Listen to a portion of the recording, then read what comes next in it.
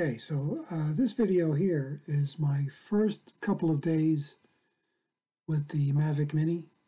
This is not my first quadcopter. I've had a Syma X5C, and you see me starting out the first day. That was actually the second day. I started out doing a droney.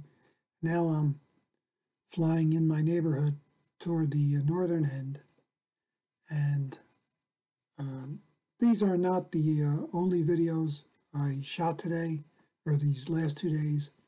A lot of it was just getting used to the controls, because I haven't flown a drone in a few years probably. And the yaw on this thing is really fast, so you'll see some annoying spins like that one right there. I've tried to edit them out, but I'm learning how to go a little slower, and it's, from what I've heard, it's a little difficult on the Mavic Mini. This is now looking south. My house is right in the middle there, at the end of the cul-de-sac to the right. And you can see as you approach these houses, the drop-off. It's about a 40-50 foot drop beyond this cul-de-sac, which is about a 10% grade climbing up the hill into the neighborhood. Now we're spinning around back toward the northern end. This is again looking north toward Pennsylvania, which is about 3 miles from where we are right here. This was shot in P mode, I believe, and which is the normal mode when you power up. I did not make any adjustments here for the color saturation, which I learned how to do afterwards. This is Willow Creek Lane in the back. This is the northernmost road in the community. I think this is maybe 1,500 feet from the house. So considering all the Wi-Fi in the neighborhood, I was expecting more interference, but the range is fairly decent. I think I might have had the range extenders on here, which would help with a lot of the interference from all the Wi-Fi. You can see it's a neighborhood of 160 homes, and that's a cell tower there in the distance, right outside the community. There's one of those spins again. It's heading towards Abelia Lane and the intersection of Abelia and Willow Creek. One of the things I didn't realize is when you go further north in the community, it slopes upwards. And I think I set it for about 150 feet. If I had gone straight beyond the boundaries of the community, I would have gone right into some trees. So I lost sight of the Mini at this point. So, and it's hard for me to see the trees on the screen. Now I'm heading back down Abelia Lane. Oak Ridge Court is there on the left.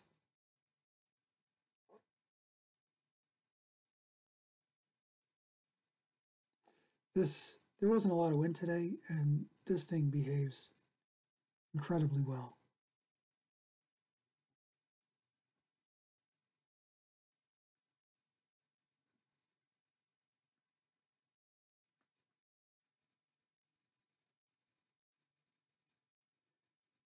I'm learning how to use the yaw here, trying to be as slow as possible. I think the last video I used, yeah, that's the hill, that's a 10% grade. The next video, which I splice into, is, you'll see that the sun is out and the saturation, color saturation is different. But it's, I forgot what I was going to say. This is looking towards Abelia Lane. And right there on the left, I believe that's the original farmhouse that was part of this entire community, or this land was all part of the Brill estate. And that was the main farmhouse. We'll get a closer look at that in a minute.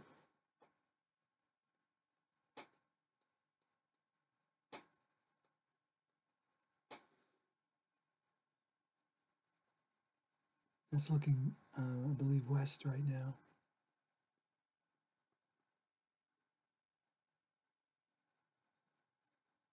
Dogwoods are in bloom.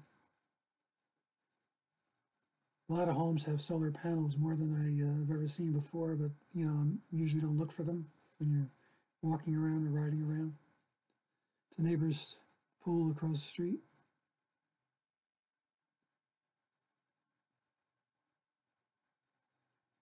Yeah, right there in the lower right is the farmhouse, I believe.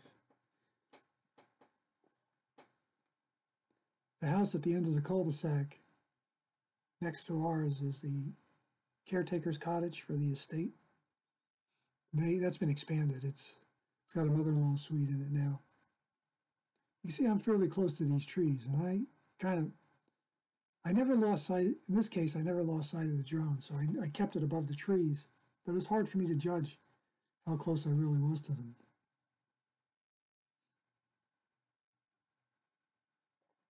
I'm gonna head south and then spin around to get a front look of the farmhouse. When our home was being built, the farmhouse was vacant and vandalized, and I remember walking in there at one point. It was a mess.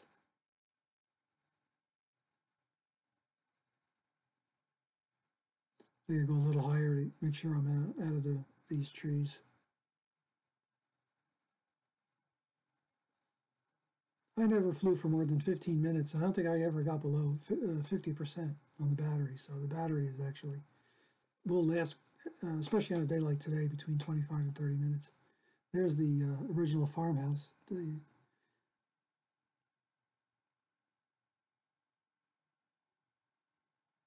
He told me, the guy, John, I believe was the name of the guy who lives in there. I think it's the same owner. He told me how much one time what it was costing him to heat the house, but it was oil heat, of course, and it was a lot. And that was 30 years ago. Probably cheaper now.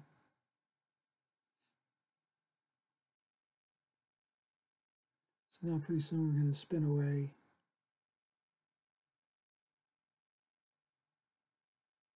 But look how steady that. Well, I think I cut that spin out because it was just. So the house there on the left is the same model as ours, but they put an addition on for a second family. I guess a mother-in-law suite again. You can see it's a lot bigger. Plus they got a screened-in porch and a pool in the back. 4 of the homes on our cul-de-sac, 4 out of 7 homes have mother-in-law suites. The one next to me, well, I'm sandwiched by 2 homes that have mother-in-law suites. One of them is actually for a son with cerebral palsy.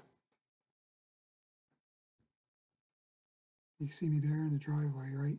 Kind of north of the middle. There I am, right in the middle.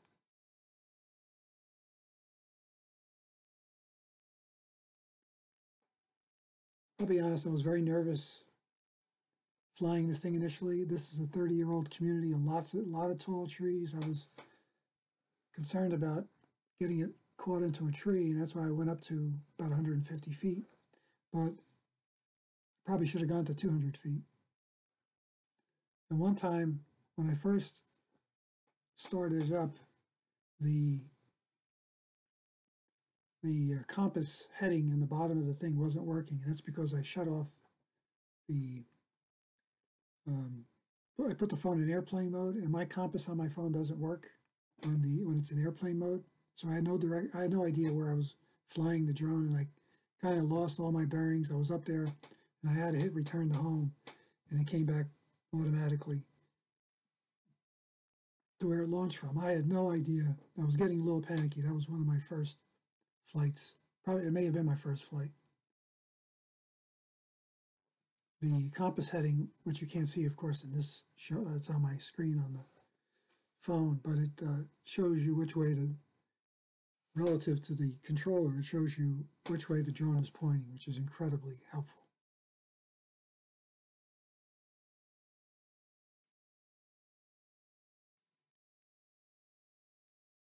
See the car coming up. That was for a delivery, an Amazon delivery.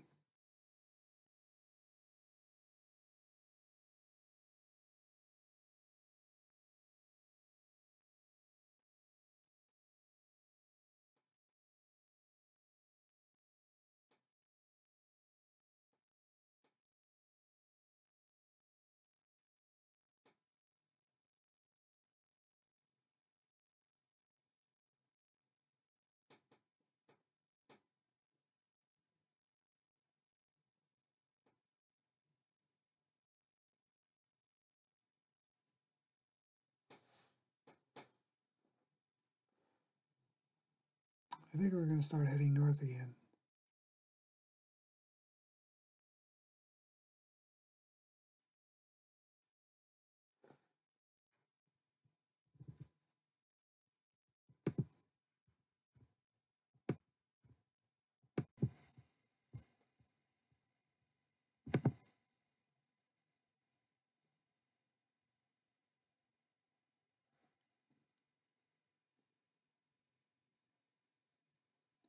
Okay, so this is the last video.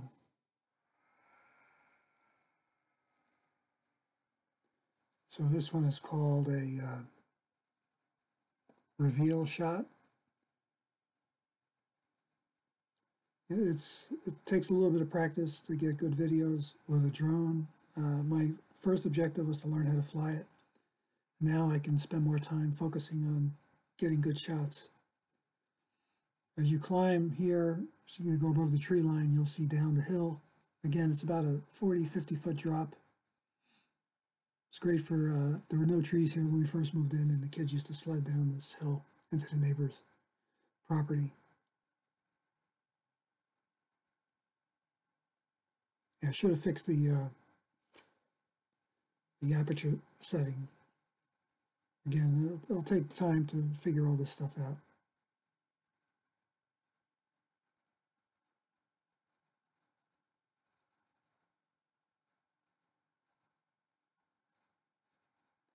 This drone is incredibly stable. It probably weighs as much as my X5C, maybe a little bit more because of the battery, but it weighs next to nothing. There's our cul-de-sac. Right in the bottom right is the caretaker's cottage. It was originally that one little building on the left, and they added all these additions on it.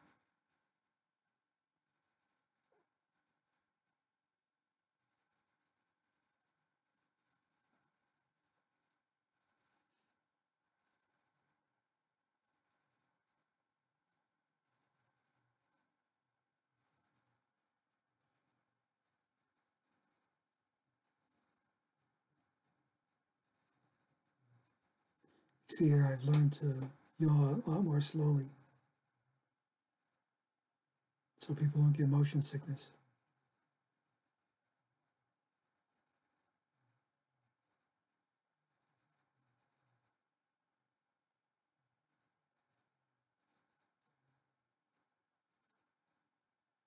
Well, so much for that. I think we're getting near the end here. Yep. This is where we started.